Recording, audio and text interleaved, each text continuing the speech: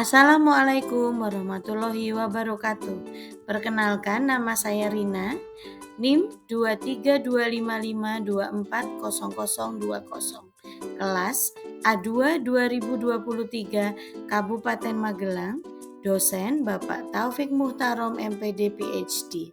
Saya akan mempresentasikan tugas 3 dalam mata kuliah Kajian Pengembangan Kurikulum Pendidikan Dasar, Analisis Prinsip Pengembangan Kurikulum SD.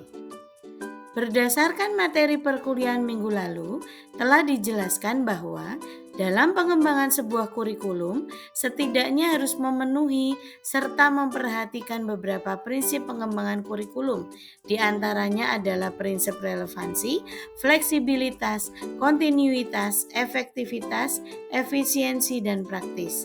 Silakan kaji dan analisis karakteristik dari kurikulum merdeka di sekolah dasar. Apakah kurikulum merdeka sekolah dasar telah memenuhi semua prinsip di atas dalam pengembangan dan pelaksanaannya? Silakan bahas satu persatu prinsip di atas dan berikan argumen, alasan logis, dan contoh konkret bahwa kurikulum merdeka telah atau belum memenuhi prinsip-prinsip di atas. Menurut saya, kurikulum merdeka sudah memenuhi prinsip-prinsip pengembangan kurikulum karena dalam kurikulum merdeka pengembangannya sangat memperhatikan prinsip relevansi, fleksibilitas, kontinuitas, efektivitas, efisiensi, dan praktis. Prinsip pertama adalah prinsip relevansi. Relevansi terbagi dua, yaitu relevansi yang bersifat keluar dan relevansi di dalam kurikulum.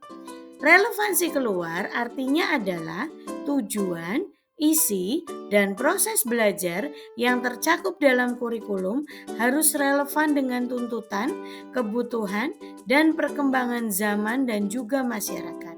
Sedangkan relevansi di dalam kurikulum adanya kesesuaian atau konsistensi atau keterpaduan antara komponen-komponen kurikulum, di antaranya yaitu tujuan, isi, proses, penyampaian, dan penilaian dalam kurikulum. Contoh konkretnya adalah penggunaan IT dalam pembelajaran, misalnya penggunaan Canva, Quizzes, Kahoot, dan lain-lain yang cocok diterapkan dalam pembelajaran untuk mengembangkan minat dan kreativitas siswa. Prinsip selanjutnya adalah prinsip fleksibilitas. Fleksibel artinya tidak kaku. Dalam kurikulum merdeka, penyelenggaraan proses pendidikan memperhatikan perbedaan karakteristik para pelaku pendidikan yang ada di dalamnya. Di antaranya adalah guru dan siswa. Contoh konkretnya, pengembangan kurikulum yang sesuai dengan minat, bakat, dan kebutuhan siswa. Dan juga penerapan pembelajaran berdiferensiasi. Prinsip ketiga adalah prinsip kontinuitas atau kesinambungan. Dalam kurikulum merdeka, ada keterkaitan antara bidang studi yang diajarkan dan tingkat pendidikan. Contoh konkret dalam prinsip ini yaitu penanaman budi pekerti di profil pelajar Pancasila. Prinsip selanjutnya yaitu prinsip praktis atau efisiensi. Dalam kurikulum merdeka menerapkan prinsip ini karena menekankan pada pembelajaran yang mudah dilaksanakan menggunakan alat-alat sederhana dan biayanya juga murah. Contoh konkret dalam prinsip ini yaitu di antaranya adalah proyek P5, terdapat materi mengolah bahan bekas menjadi barang yang bermanfaat. Prinsip selanjutnya adalah prinsip efektivitas. Ada dua bagian di dalamnya, yaitu efektivitas mengajar guru dan efektivitas belajar murid. Dalam efektivitas mengajar guru, menyangkut sejauh mana jenis-jenis kegiatan mengajar yang direncanakan dapat dilaksanakan dengan baik.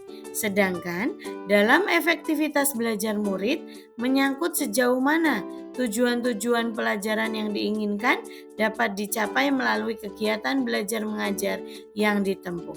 Contoh konkretnya dalam kurikulum Merdeka menggunakan berbagai metode belajar yang bervariasi sehingga kebutuhan setiap peserta didik dapat terpenuhi dan tujuan pembelajaran dapat tercapai.